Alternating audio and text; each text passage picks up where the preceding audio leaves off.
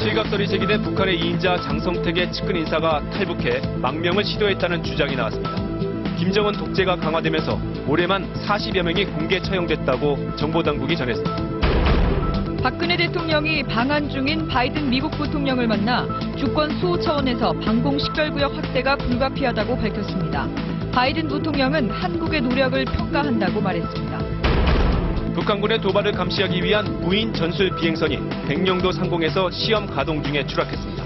주 비행체에 압력이 이상 있는 걸 발견하고 군 당국은 240억 원을 들여 2대를 도입했는데 다른 한 대도 이미 파손된 것으로 드러났습니다. 차가운 북풍이 한반도 쪽으로 불어오면서 연일 계속되던 스모그가 사라졌습니다.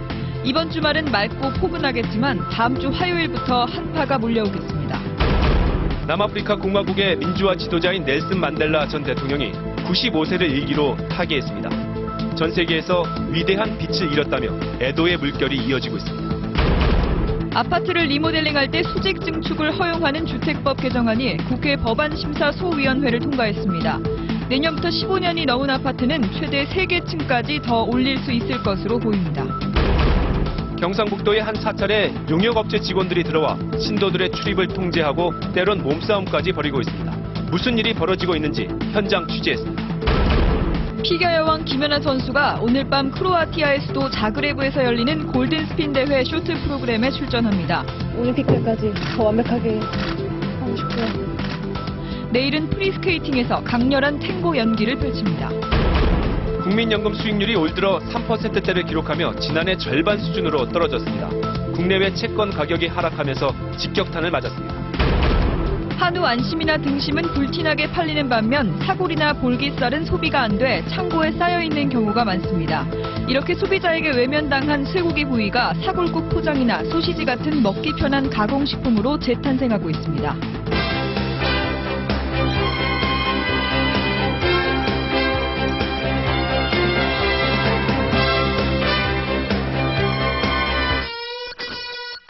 지금 몇 시? 8시 0분입니다. 와우, 친절한데? 친절한 노트3 그리고 기어. 여러분 안녕하십니까? 최근 실각된 걸로 알려진 북한의 2인자 장성택. 이번엔 그 측근이 망명을 시도한 것으로 전해졌습니다. 고위층의 비자금을 관리하던 인물일 가능성도 있는 상황입니다. 먼저 김세진 기자가 보도합니다. 장성택 국방위 부위원장의 한 측근이 탈북해 망명을 시도한 것으로 알려졌습니다. 망명 시점은 북한이 장성택계에 대한 본격 숙청에 들어간 9월 중순 이후부터 10월 초 사이로 전해지고 있습니다. 또 일각에선 우리 정부가 이 인사의 신병을 확보했지만 중국의 반대로 데려오지 못하고 있다는 분석도 나오고 있습니다. 망명설에 대해 정보당국 관계자는 큰 틀에서는 맞지만 신병 확보 부분은 아는 바가 없다고 말했습니다. 국가정보원은 국회 정보위 보고를 통해 관련성을 부인했습니다. 전혀 아는 바 없다. 아는 게 하나도 없다. 이런 거고요. 원장도 언론 보고 그거 봤다.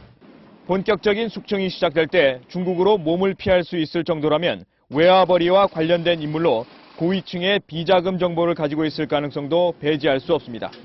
정부 관계자는 그러나 국내로 들여오려는 탈북자 중에는 북한 고위층 정보를 갖고 있다고 했다가 가치 없는 정보로 판명되는 경우가 있다며 추이를 지켜봐야 한다고 밝혔습니다. MBC 뉴스 김세진입니다. 장성택 측근 2명이 공개 처형됐다는 소식 있었습니다만 올 들어 북한에서 이렇게 공개 처형된 사람 40여 명에 이른다고 합니다. 이번엔 조영익 기자입니다. 남재준 국정원장은 김정은이 내부 불만을 무마하려고 대규모 공개 처형을 하고 있다고 밝혔습니다. 작년에 공개 처형은 17명으로 되고 있으면 올해는 40여 명에 이르고 있다. 이것은 본보기식 처형을 하고 있다. 리용화 당 행정부 제1부부장과 장수길 부부장은 재판 등 형식적인 사법 절차를 거친 뒤 처형됐다고 설명했습니다. 또 매형인 전영진 쿠바 대사와 조카 장용철 말레이시아 대사도 소환된 게 맞다며 장성택이 실각한 징후가 농후하다고 설명했습니다. 리용화, 장수길이 공개 처형했다. 그리고 매형과 조카는 강제 소환된 것이 맞다. 남 원장은 올해 국내에서 한 일본인이 탈북자를 접촉해 일본인 납치 정보를 수집한 사실을 포착했다며 이 일본인은 자진 출국했다고 밝혔지만 신원을 확인해주진 않았습니다. 국정원 개혁과 관련해선 여야 합의대로라면 아무것도 할 수 없다면서 대공수사와 심리전을 확실히 보장해달라고 요구했습니다. MBC 뉴스 조영익입니다. 불안한 동북아 정세 속에 방한한 바이든 미국 부통령을 오늘 박근혜 대통령이 만났습니다. 우리의 방공식별구역 확대 문제, 또 한일 관계 등을 논의했습니다. 윤지윤 기자입니다. 박근혜 대통령과 바이든 미 부통령은 한미동맹의 중요성과 확고함을 거듭 확인했습니다. 지난 60년간의 그 신뢰를 바탕으로 해서 앞으로 한미동맹이 더욱 심화, 발전되기를 희망을 합니다. 박 대통령은 방공식별구역과 관련해 주권 수호 차원에서 확대가 불가피하다는 점을 설명했고, 바이든 부통령은 우리 측의 노력을 평가하면서 중국의 방공식별구역을 인정하지 않겠다는 점을 분명히 했습니다. It will have no effect on American operations. Just ask my general. None. Zero. 바이든 부통령은 한일 관계가 진전되길 바란다고 밝혔고, Japan, South Korea, and the United States are able to improve their relations and cooperations with one another. 박 대통령은 일본의 진정성 있는 조치가 필요하다고 강조했습니다. 이어 정홍원 총리와 면담에선 우리 정부의 환태평양 경제동반자 협정 TPP 참여 의사에 대해 논의했고, 바이든 부통령은 환영의 뜻을 밝혔습니다. 대학 특강에서 북핵 불용 입장을 거듭 밝힌 바이든 부통령은 전시작전 통제권 전환은 한미연합 방위력이 더욱 강화되는 방향으로 추진돼야 한다는 점을 재확인했습니다. MBC 뉴스 윤지은입니다. 중국의 일방적 선포에 맞서서 우리도 방공식별구역을 확장할 것인가? 우리 정부 고민이 많았는데요. 이 어도를 포함해서 확장하는 걸로 최종 결정된 것 같습니다. 김정호 기자가 취재했습니다.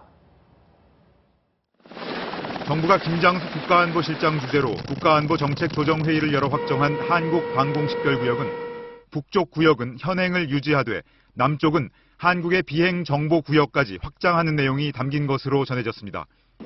영해 확장으로 일본 구역에 들어갔던 마라도와 경남 홍도 남쪽 영공도 포함됐습니다. 정부는 모레 확정 내용을 공식 발표할 예정이며 관보에 고시하는 절차를 밟으면 1951년 미 공군이 설정한 한국 방공식별구역은 62년 만에 공식적으로 변경됩니다. 홍도와 마라도, 영공을 비롯한 우리의 관할 해역인 2호도 상공까지를 포함시켜야 방공식별구역의 운영의 목적에 타당하다고 봅니다. 한국의 구역 확대로 2호도를 중심으로 한 한중일 3국의 방공식별구역이 모두 겹치게 돼 중국과 일본의 반발 가능성도 제기됩니다. 정부 관계자는 그동안 우리의 확장안을 중국, 일본 등에 사전 설명했다고 밝혔지만 중국이 서해에 추가로 구역을 설정하거나 일본이 동해 지역으로 구역을 확대할 가능성에도 대비하고 있는 것으로 전해졌습니다. MBC 뉴스 김정호입니다.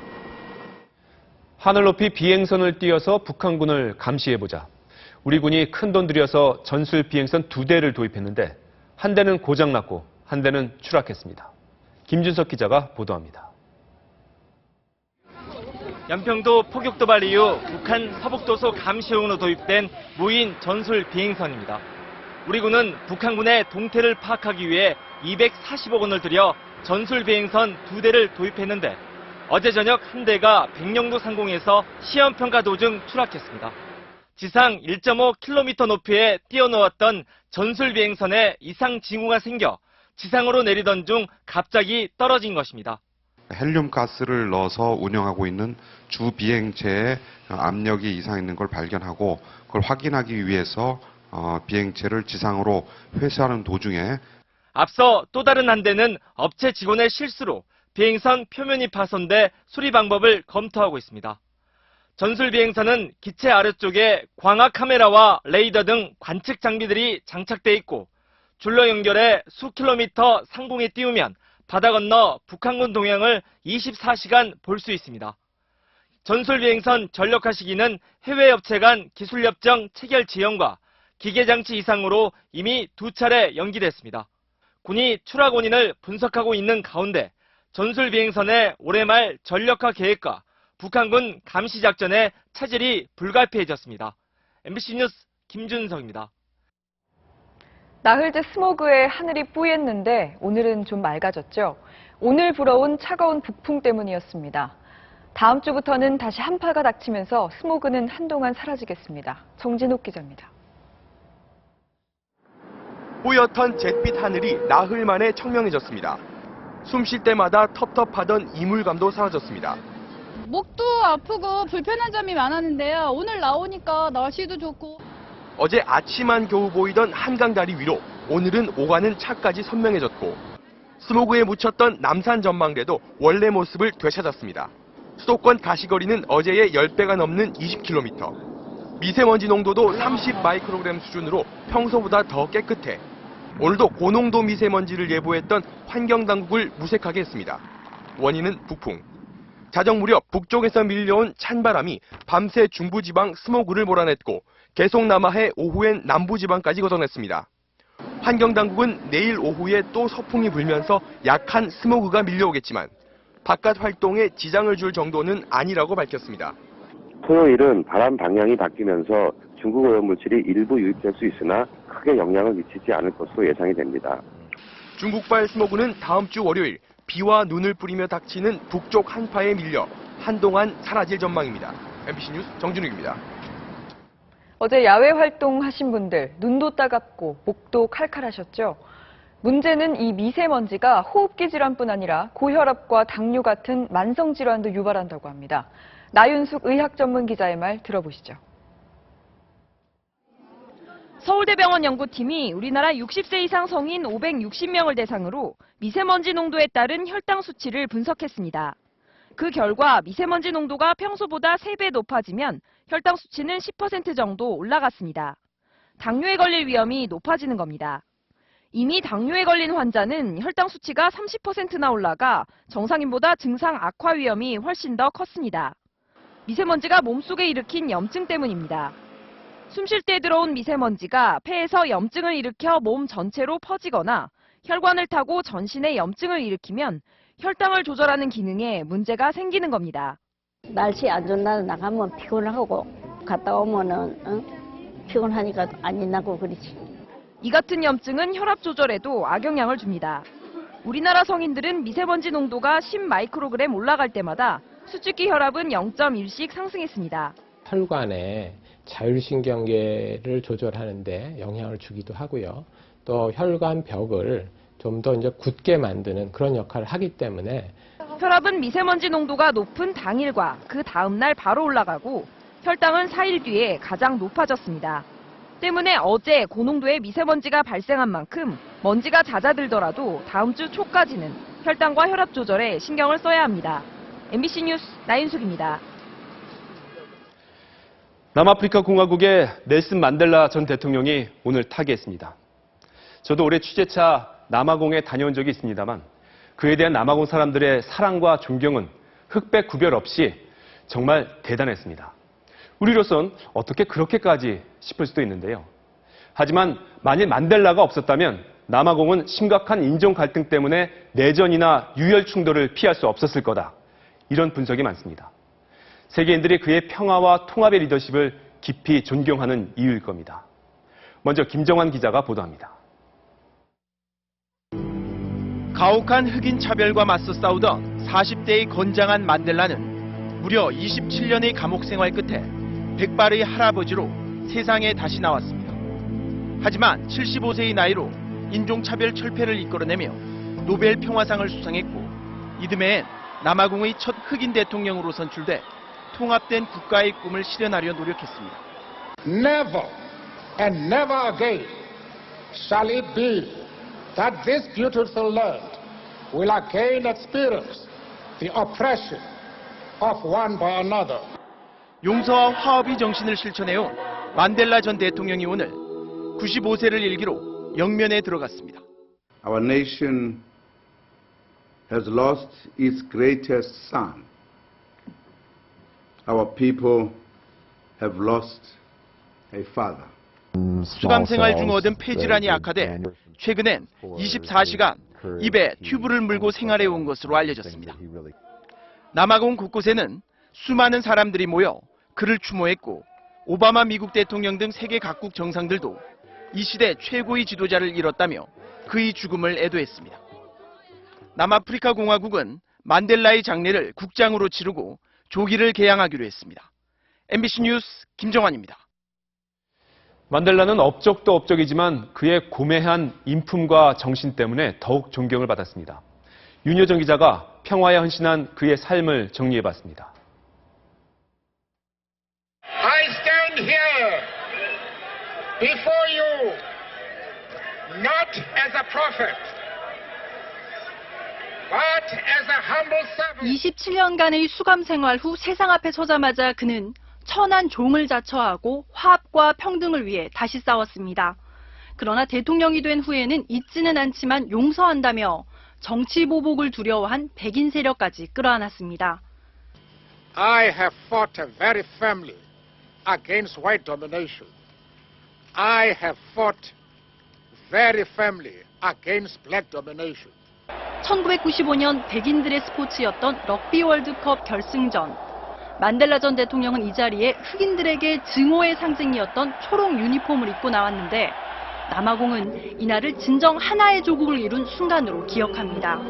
If need be, it is an ideal for which I am prepared to die.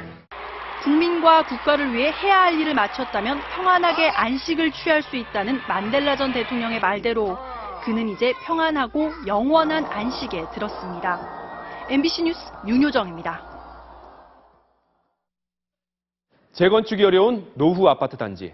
리모델링을 하면 새 집처럼 좋아진다는 거 알고는 있지만 비용이 문제였죠.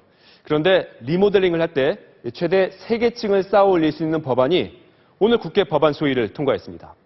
증축된 세대를 분양할 수 있기 때문에 최대 30%까지 부담금을 줄이는 효과가 있다는데요. 부동산 시장에 어떤 영향을 미칠지 정동욱 기자가 보도합니다. 5년 전부터 리모델링을 추진 중인 서울 개포동의 한 아파트. 수직 증축 법안이 법안 소위를 통과했다는 소식에 주민들이 반색합니다. 법안에 따르면 현재의 15층을 3개 층 더 올리면 일반 분양 세대수도 전체의 15%까지 되기 때문에 평균 1억 5천만 원 수준인 주민 분담금이 30% 이상 떨어질 수 있습니다. 이 같은 수직 증축 대상 아파트는 서울과 수도권 신도시에서만 34만 가구. 정부는 그동안 안전 문제로 수직 증축을 금지했지만 건설업계는 이를 풀어줄 것을 꾸준히 요구해왔습니다. 추진하는 단지들이 빠르게 움직이고 그다음에 이제 추진해서 상당히 그 활력소를 좀 찾을 것 같습니다. 층간소음 기준 마련 등의 내용도 포함된 수직 증축 법안이 본회의를 통과하면 내년 4월부터 시행에 들어갈 전망입니다. 특정 지역에 영향을 미칠 수 있는 그런 법률입니다. 다주택자 중과세 폐지나 취득세 연구 인하 같은 전체 시장을 견인할 수 있는 제도가 빨리 통과되어야. 최대 관심사인 취득세 연구 인하 등을 포함한 법안의 처리는 다음 주는 돼야 가닥이 잡힐 것으로 보입니다. MBC 뉴스 정동욱입니다. 국민연금 수익률이 작년에 절반 수준으로 떨어졌습니다. 공단 측에선 크게 걱정할 거 없다지만 모두의 노후와 관련된 거라 꼼꼼히 들여다볼 필요가 있을 겁니다. 박주린 기자가 설명해 드리겠습니다. 국민연금공단이 1,300억 원을 투자한 용산 역세권 개발 사업 부지. 하지만 지난 10월 사업이 백지화되면서 투자금을 고스란히 날렸습니다. 국민연금 기금의 투자 손실 논란이 잇따르는 가운데 올 들어 10월까지 국민연금 기금 투자 수익률은 지난해 절반 수준인 3.72%로 나타났습니다. 기금의 60%가량을 쏟아부은 채권 수익률이 3분의 1 이상 떨어진 게 직접적인 원인입니다. 제 돈인데 어떻게 쓰이고 있는지도 모르고 가입해 있는 사람들한테는 좀 불안하죠. 하지만 공단 측은 기금 운용도 경기 영향을 받기 때문에 단기적인 수익률 하락을 우려할 필요는 없다고 밝혔습니다. 장기적인 투자 수익률은 일본이나 미국, 캐나다보다 높다는 겁니다. 최근 5년간 성과를 보면 6%로서 해외 연기금들보다 우수한 성과를 거두고 있습니다. 전문가들은 현재 수익률이 나쁜 건 아니지만 국민연금이 주식이나 채권 등 금융 부문에 과도하게 투자돼 경제 위기에 취약한 구조로 가고 있다고 지적합니다. 기금의 안정적인 운용과 국가 사회의 전체적인 발전을 위해서 금융 부분의 크기를 약간 줄이고 공공주택이나 국공립 어린이집 사회 투자를 강화시키는 것이 현재 국민연금 기금 자산은 421조 원. 국민연금이 5% 이상 지분을 투자한 국내 기업만 223개에 달합니다. MBC 뉴스 박주린입니다.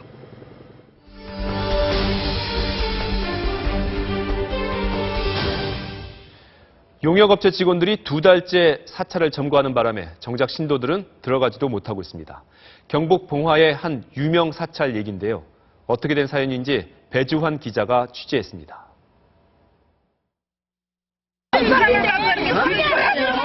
사찰로 들어가려는 신도들을 용역업체 직원들이 막아서면서 몸싸움이 벌어집니다.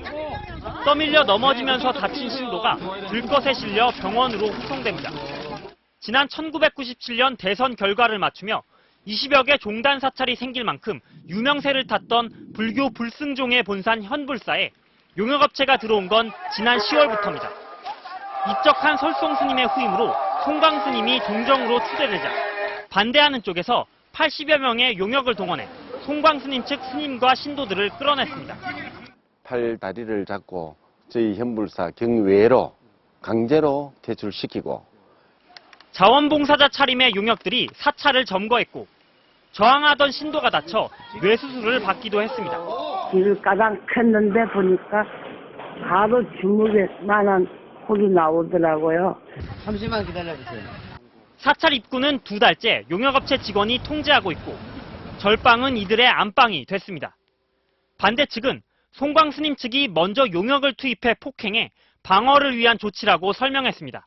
법으로는 해결이 안 됩니다. 점령해서 내 터전을 만드는 게 종교 싸움입니다. 양측의 갈등이 깊어지면서 수천 명의 신도들만 2달째 사찰에 자유롭게 출입도 못하고 있습니다. 사찰 운영권을 장악할 경우 다룰 수 있는 재산은 300억 원 규모. 운영권을 차지하기 위해 양측은 폭행 횡령 등 50건이 넘는 고소 고발전을 이어가고 있습니다. MBC 뉴스 배주환입니다. 검찰이 최동욱 전 검찰총장의 혼외자 의혹을 받고 있는 최모 군의 생모 임모 씨를 소환 조사했습니다. 또 최 군의 개인정보 최초 유출자로 지목된 안전행정부의 김모 국장도 다음 주 초 소환될 것으로 보입니다. 김재영 기자입니다. 서울중앙지검은 최동욱 전 총장의 내연녀로 지목된 임모 씨를 공갈 협박 사건의 피의자 신분으로 소환 조사했다고 밝혔습니다. 임 씨는 가정부 이모 씨에게 6천여만 원을 빌린 뒤 이 중 일부를 갚지 않고 박모 씨 등 다른 사람을 동원해 이를 포기할 것을 강요한 혐의를 받고 있습니다. 가정부 이 씨는 자신을 찾아온 박 씨가 최 전 총장과 임 씨의 관계를 발설하지 말 것을 협박했다고 주장해 검찰은 박 씨 등의 소재 파악에도 나섰습니다.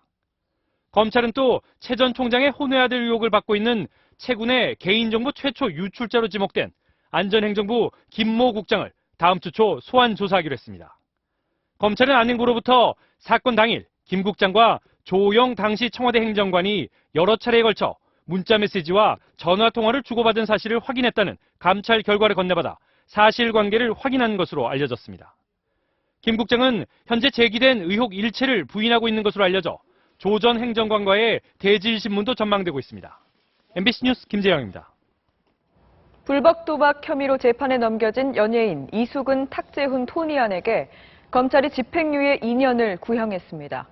그리고 법정에선 이들은 깊이 반성한다며 선처를 호소했습니다. 김명덕 기자입니다.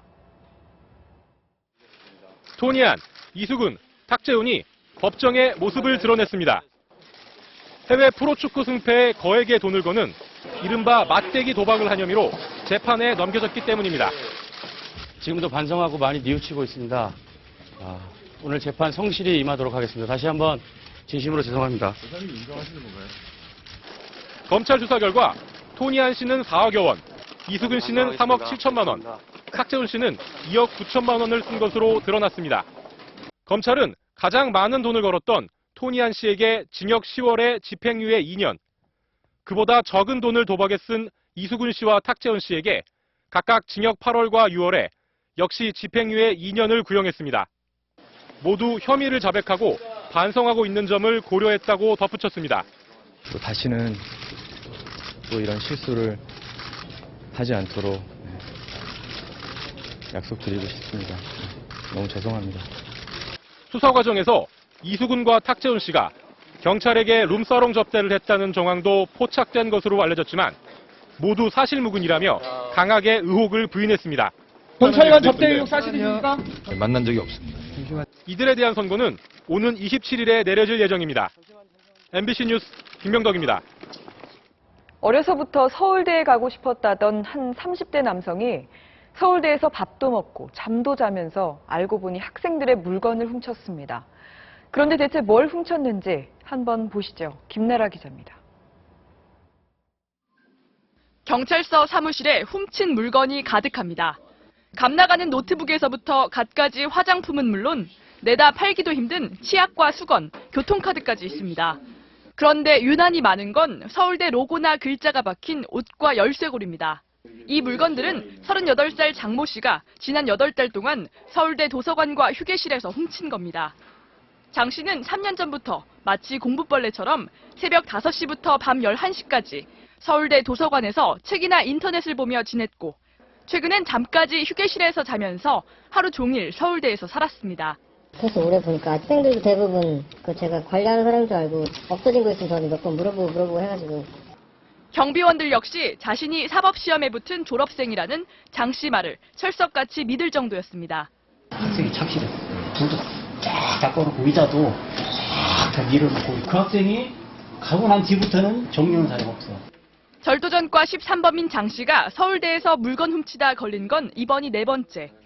닥치는 대로 물건을 훔쳤지만 하나도 내다 팔지 않고 도서관 사물함에 넣어뒀습니다. 경찰은 수도권의 한 외국어 고등학교를 졸업한 장 씨가 서울대 진학을 목표로 했지만 집안 사정 때문에 대학에 가지 못한 것으로 안다고 전했습니다. MBC 뉴스 김나라입니다. 요즘 주인 잃은 야생개들이 가축 농장을 습격하는 경우가 잦은데요.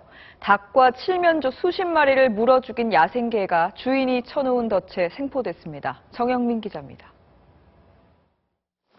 경남 김해의 한 농장. 죽은 칠면조와 닭이 땅속에 파묻혀 있습니다. 살이 뜯겨나간 가축 잔해물이 농장 주변 곳곳에 널려 있습니다. 가축은 지난달 15일부터 물려 죽기 시작했습니다. 농장 울타리 주변 곳곳에 이 같은 올무 30여 개를 설치했지만 모두 소용이 없었습니다. 참다 못한 농장 주인이 죽은 칠면지를 이용해 덫을 만들었고 야생개 한 마리가 걸려들었습니다. 20일 동안 60마리가 넘는 닭과 칠면조가 이 개에 물려 죽었습니다. 5일이나 한 6일 정도 있다가 와서 보니까 한 18마리 죽어 있고.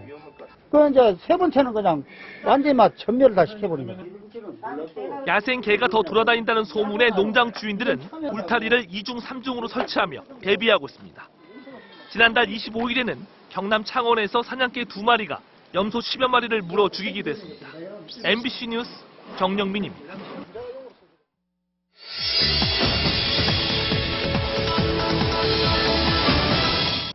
한우 하면 아무래도 비싼 가격이 좀 부담되죠.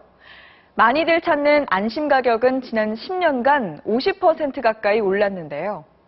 하지만 사골과 우둔 같은 부위는 소비가 줄면서 가격이 폭락했다는 거 알고 계십니까? 이렇게 비인기 부위의 소비를 늘리기 위한 아이디어 찾기, 오상현 기자가 취재했습니다. 사골국이 초대형 압력솥에서 끓어오릅니다. 기름기를 걷어낸 사골국은 1인분 소포장에 담겨 대형마트에서 팔립니다. 이곳에서 이렇게 국물을 내는 데 쓰이는 사골 등의 한우 부산물만 한 달에 30톤 정도입니다.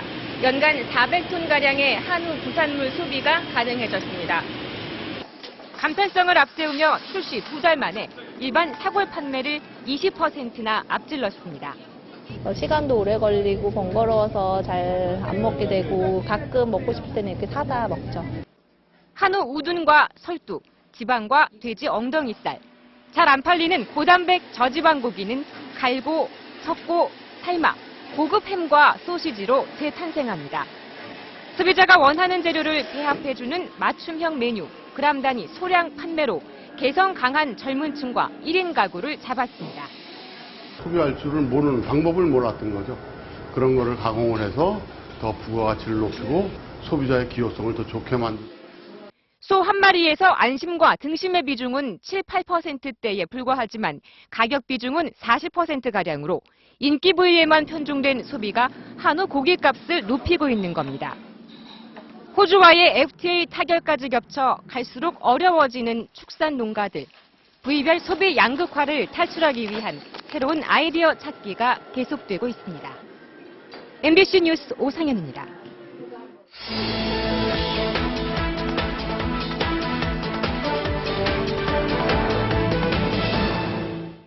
피겨 여왕 김연아 선수가 이제 몇 시간 뒤면 아마도 밤 11시 조금 지나서 할 것 같은데요. 쇼트 프로그램 연기를 펼칩니다.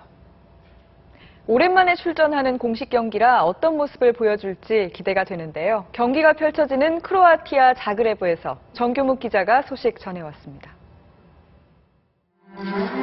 김연아는 반짝이는 연두빛 의상을 입고 드레스 리허설에 나섰습니다. 마치 새 음악 어릿광대를 보내줘를 부르는 뮤지컬 주인공처럼 차분하면서도 우아한 의상이 돋보였습니다. 김연아는 작은 경기장을 의식한 듯 3회전 연속 점프를 10번 정도 반복했습니다. 빙질이 미끄러워 점프의 비거리가 길어지기 때문에 좁은 링크 적응에 더욱 집중했습니다.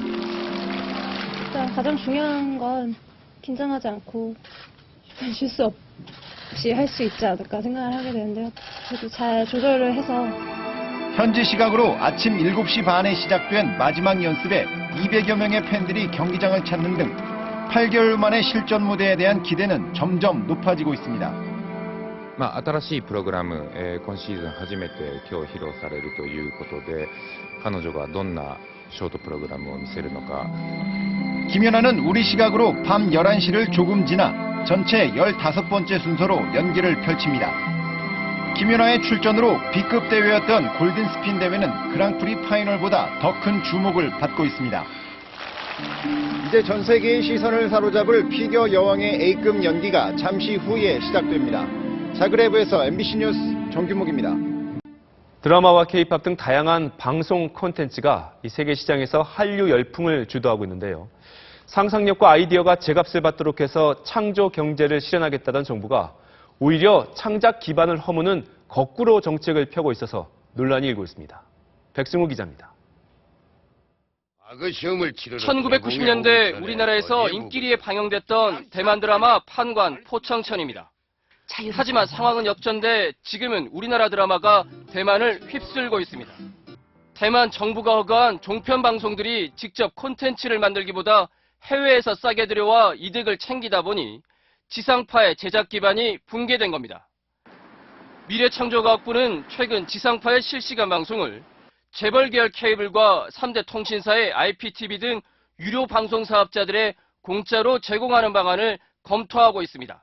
무료로 재통신하는 것은 이것은 무임승차에 해당되는 것이고요. 창조 경제 측면에서 본다면은 전혀 부합되지 않는 유료 방송들이 대가 없이 지상파 콘텐츠를 이용하는 건 위법이라며 지상파의 저작권 주장에 손을 들어준 법원 판결과도 배치됩니다. 미래부가 방송 산업에 대한 이해 없이 거대 통신사와 유료 방송 위제 정책을 양산하고 있다는 비판도 나오고 있습니다. 차근차근 풀어가겠다라고 하는 그런 로드맵이 없다는 거죠. 기본적인 안이나 아니면 계획이 부재한 상태인 거죠. 이 같은 미래부의 구상이 실현되면 유료 방송들은 연간 600억 원가량 수익이 늘고 드라마와 예능 등 방송 콘텐츠 창작 기반은 그만큼 허물어질 것으로 예상됩니다. MBC 뉴스 백승우입니다.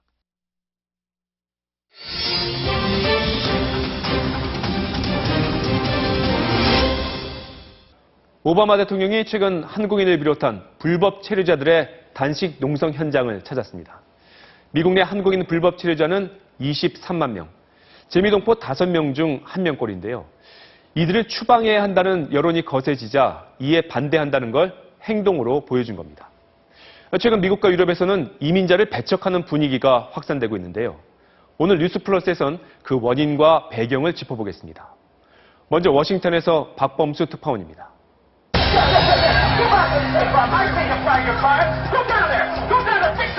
The only thing that stops them, I'm afraid to say, and it's too damn bad, but is a gun. 이 같은 반대 여론에 맞서 미국 내 불법 체류자 단체들이 워싱턴 DC 의사당 건물 앞에서 천막 단식 농성에 들어갔습니다. 23만 명에 이르는 한국인 불법 체류자들의 안타까운 사연도 답지하고 있습니다. 부모가 쫓겨나잖아요. 그러면 애는 여기 혼자 남게 되고 15살, 16살이가 혼자 남게 되고. 서포트를 못 받으니까 대부분 대학에 못 들어가요. 막노동 같은 거 하든지. 그래서 겨우 학비 내면서 아예 학교를 그만두거나. 오바마 대통령과 미국 상원은 1,100만 명의 불법 체류자들에게 시민권을 주자는 이민법 개혁안을 통과시켰습니다. 하지만 공화당이 장악한 하원에 가로막혀 있습니다. 대서양 건너 유럽으로 가보면 상황은 더욱 심각해집니다. 먼저 영국의 런던인데요. 차량 광고에 이렇게 고향으로 돌아가지 않으면 체포된다. 이런 모욕적인 내용이 써 있죠. 영국 정부가 낸 광고가 이 정도 수준입니다. 박애와 평등의 나라라는 프랑스는 집시를 나라 밖으로 내쫓는 데 열을 올리고 있는데요. 하교하는 집시 여중생을 붙잡아 그대로 추방할 정도로 인정사정 없습니다. 더불어 살자는 복지사회의 상징인 북유럽 국가에서도 이민자를 추방하자는 극우 정당들의 성장세가 두드러지고 있습니다. 유럽이 어쩌다가 이렇게 됐을까요? 고은상 기자가 전합니다. 25살 스페인 청년 베냐민 세라 보시는 영국 런던에서 화장실 청소 일을 합니다. 경영학 석사인 MBA 등 3개의 학위가 있지만 스페인에선 끝내 일자리를 찾지 못했습니다. 유럽연합의 청년 실업률은 평균 23%가 넘는데요. 이탈리아나 스페인 같은 남유럽 국가들의 청년 실업률은 무려 50%나 됩니다. 이런 청년들은 우리나라의 88만 원 세대처럼 1,000유로 세대로 불립니다. 이들은 물가 비싼 유럽에서 월 1,000유로, 140만 원 정도의 최소 수입을 겨우 벌거나 실업수당으로 연명하며 이민자들이 일자리를 빼앗는다고 믿기도 합니다. 이민자 척결을 내세우는 극우 정당들은 이런 젊은 층의 증오를 양분으로 성장하고 있습니다.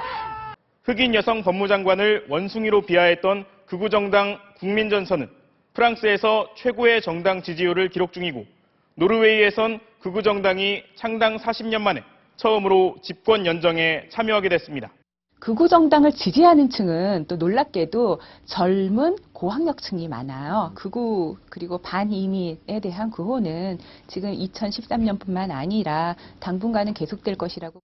2차 대전 후 경제 부흥기에 유럽 국가들은 필요한 노동력의 상당 부분을 바로 이민자에게 의존했습니다.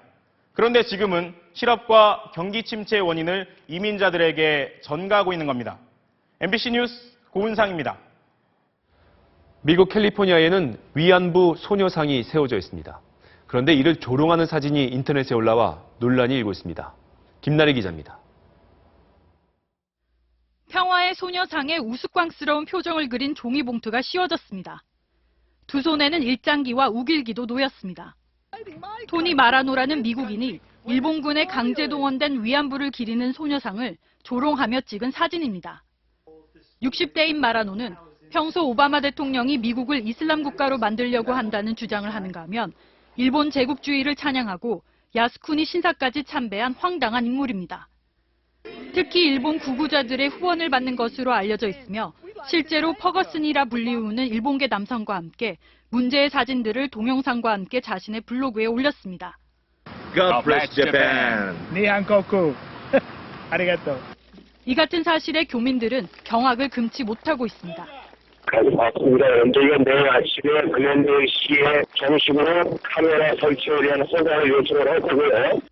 평화의 소녀상 건립단체는 평화의 소녀상이 세워져 있는 미국 캘리포니아주 글렌데일시에 피해 사실을 신고하고 자원봉사자들의 소녀상 방문 횟수를 늘리는 방안 등을 논의하고 있습니다. MBC 뉴스 김나리입니다. 전화로 돈 붙이라는 금융사기. 이 아무래도 의심쩍어서 금융당국에 확인 전화까지 했는데도 감쪽같이 돈이 빠져나갔습니다. 이 정도면 누군들 피해를 안 볼까 걱정스러운데요. 강민구 기자의 단독 취재 내용 잘 들어보시죠. 후반기 출납액이 50억 맞습니까? 50억 맞습니다. 전화를 중간에 가로채 거액을 빼내는 영화의 한 장면입니다. 지난 10월 사업가 김모 씨는 이 영화 같은 사기를 당했습니다. 대출 거부당했던 캐피탈사로부터 급전 3천만 원을 당장 빌려주겠다는 전화. 대신 법원 공탁금이 필요하다는 말에 1,900만 원을 농협과 우체국 계좌로 보냈습니다. 혹시 하는 마음에 신고센터 1332와 캐피탈사 상담센터에 건 확인 전화만 3차례. 모두 문제 없다는 답변이었습니다. 사기를 의심을 했죠. 통화한 상대편 중에서 다 이상 없다고 얘기를 했기 때문에 송금하기 시작했죠. 하지만 대출금은 입금되지 않았고 송금한 돈은 대포통장을 통해 모두 사라져버렸습니다. 통화 내역 확인 결과 김 씨는 금감원과 캐피탈사로 분명 전화를 걸었지만 실제로는 엉뚱한 070 전화로 연결된 것. 자기도 모르게 휴대전화에 악성 코드가 심어져 있었고 특정 전화번호를 자신들이 직접 받도록 해놓았던 겁니다.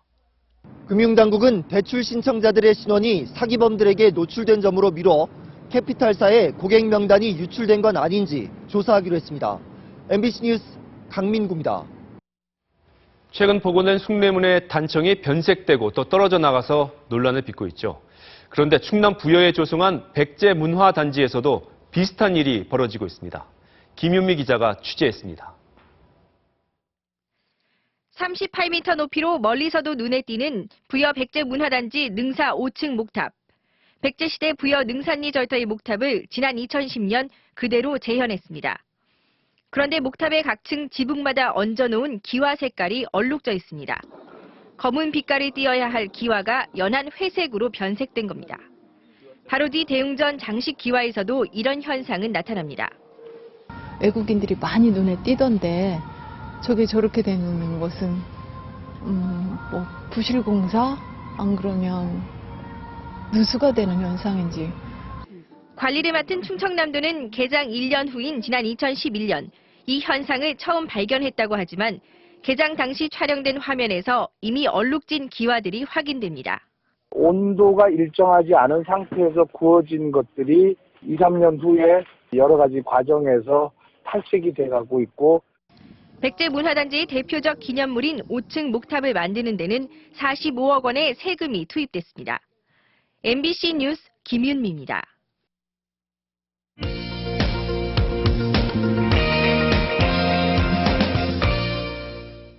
정부가 요즘 시간 선택제 일자리 창출을 독려하고 있죠. 고용률 70% 달성을 위한 것인데요. 하지만 어려운 시험을 통해 취업하려는 청년 일자리를 오히려 뺏는 게 아니냐는 우려가 높습니다. 장미일 기자가 보도합니다. 취업 관련 고시 학원이 즐비한 노량진의 학원가. 정부가 내년부터 신규 공무원의 20%를 시간제로 뽑기로 하면서 20대 시험 준비생들의 고민이 늘었습니다. 시간 변경을 통해서 공채를 하게 되니까 그래서 임용고사 준비생들도 불안하긴 마찬가지입니다. 교사의 경우 앞으로 5년 내에 3,500명을 시간제로 뽑을 예정입니다.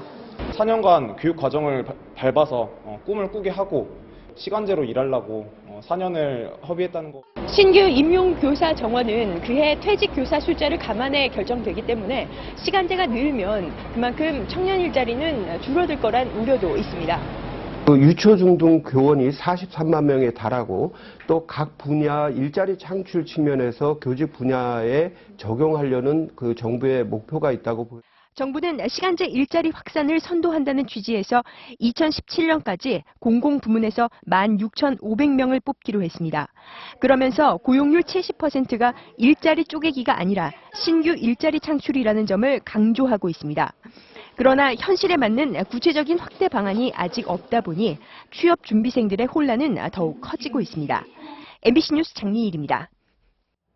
6.25 전쟁에 참전했던 국군 전사자들의 유해에 대한 합동 봉안식이 열렸습니다.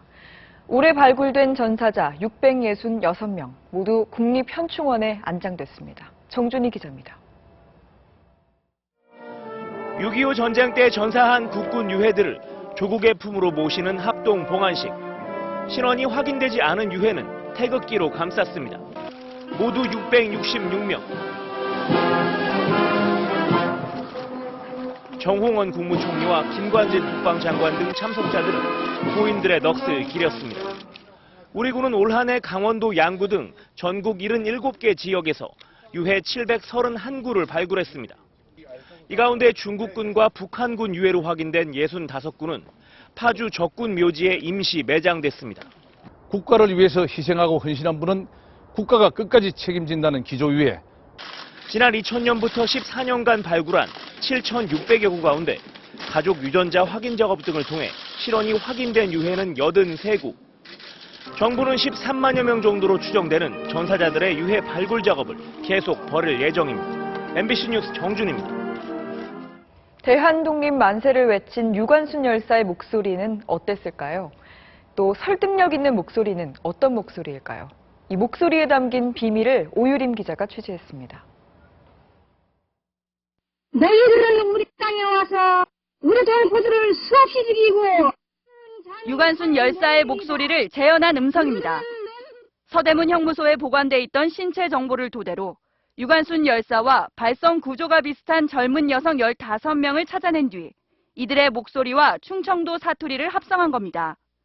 목소리 분석을 통해 범인을 잡기도 합니다. 예, 70살 어부 오모 씨가 대학생 2명을 바다로 데리고 나가서 살해한 날 걸려온 피해자의 신고 전화. 살해 혐의를 부인하던 오 씨 목소리와 녹음된 목소리를 비교해봤습니다. 목소리의 공명 등을 나타내는 그래프의 기울기가 거의 일치했습니다. 신체 골격이 동일하다, 이제 이렇게 되는 거예요. 턱이라든가 이런 입의 크기가 비슷하고. 신비의 분홍 돌고래를 화면에 담을 수 있었습니다. 설득력 있는 목소리에는 공통점이 있습니다. 다큐멘터리 해설을 자주 맡는 연기자는 중저음이면서도 맑고 경쾌한 목소리의 음역폭은 보통 남성들보다 넓었습니다. 소리의 반사로 심해에 가라앉은 물체를 식별하고 목소리로 음주 여부를 가려내는 등 소리 공학의 세계가 흥미진진합니다. MBC 뉴스 오유림입니다. 시진핑 중국 국가주석이 방문 중인 강창희 국회의장과 베이징 인민대회당에서 만나 내년에 한국을 방문할 뜻을 밝혔습니다. 시 주석은 한반도 문제 해결에 책임과 역할을 마다하지 않을 것이라며 한중 관계는 그 어느 때보다 좋아 내년이 좋은 방한 시기라고 말했습니다. 부산지법 동부지원은 원자력발전소에 납품된 불량 케이블의 시험 성적서를 위조한 혐의로 기소된 JS전선 임모 고문에게 징역 12년을 선고했습니다. 또 이를 공모한 한국수력원자력 송모부장에게 징역 5년 등 관련자 17명에게 징역 6월에서 12년의 중형을 선고했습니다.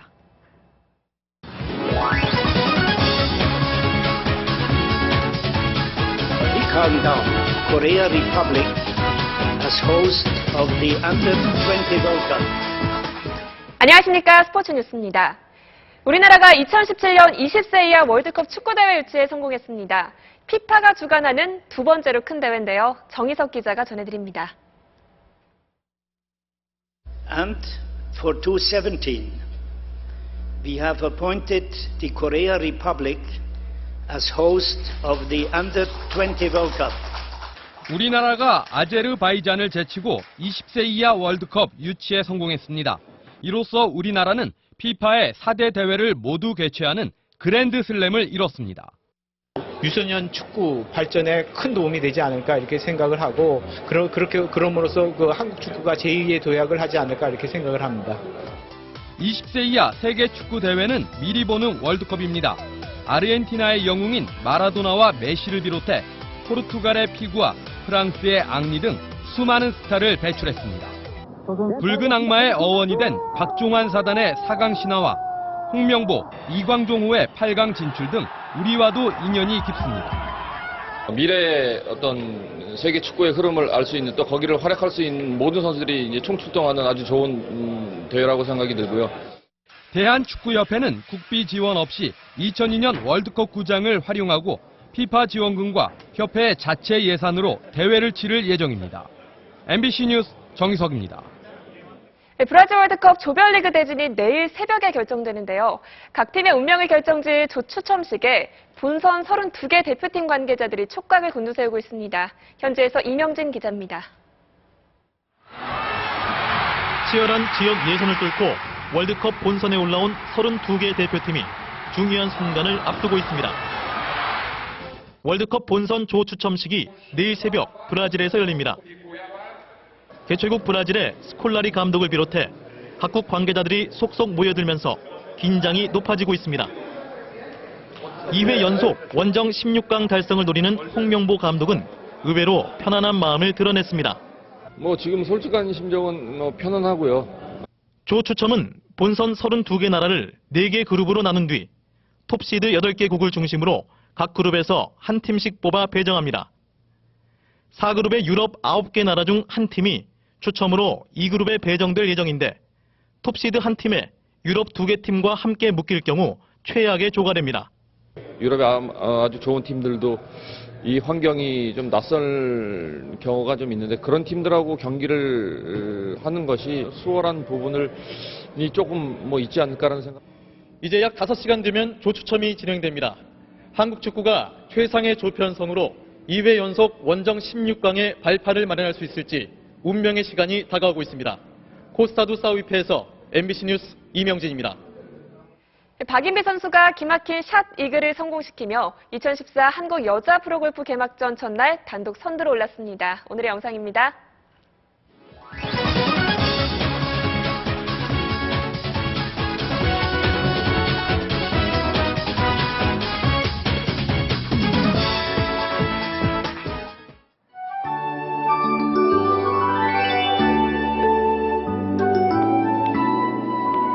북쪽 차가운 청정바람이 한 주 내내 쌓였던 미세먼지를 밀어냈는데요. 이번 주말 포근하겠지만 몇 가지 주의하셔야 할 사항이 있습니다. 일단 새벽에는 경기 서해안을 비롯한 중부지방에서 약하게 비가 오거나 눈이 날리는 곳이 있겠고요. 늦은 오후에는 스모그가 일부 유입되면서 중부지방 미세먼지 농도가 일시 짙어질 수 있겠습니다. 야외 활동하실 때 참고하셔야겠습니다. 일요일인 모레도 비교적 온화하겠고 날씨로 인한 큰 불편함은 없을 것으로 보입니다.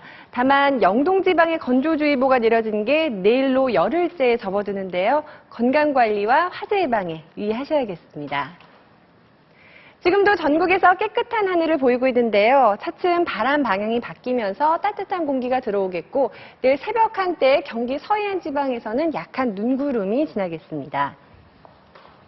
아침에는 내륙 일부 지방에 안개가 끼겠지만 낮 동안은 전국이 대체로 맑겠습니다. 기온은 오늘보다 조금 올라가겠는데요. 낮 기온 서울 10도, 안동 9도, 삼척 11도까지 오르겠고 남부지방도 창원 12도, 부산 13도까지 오르면서 다시 10도 선을 넘어서겠습니다.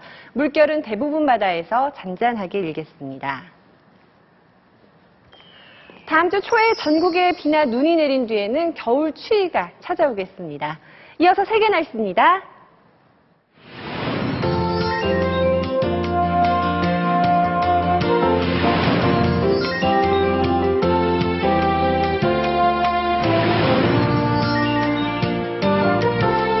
뉴스데스크 여기서 마치겠습니다. 여러분 고맙습니다.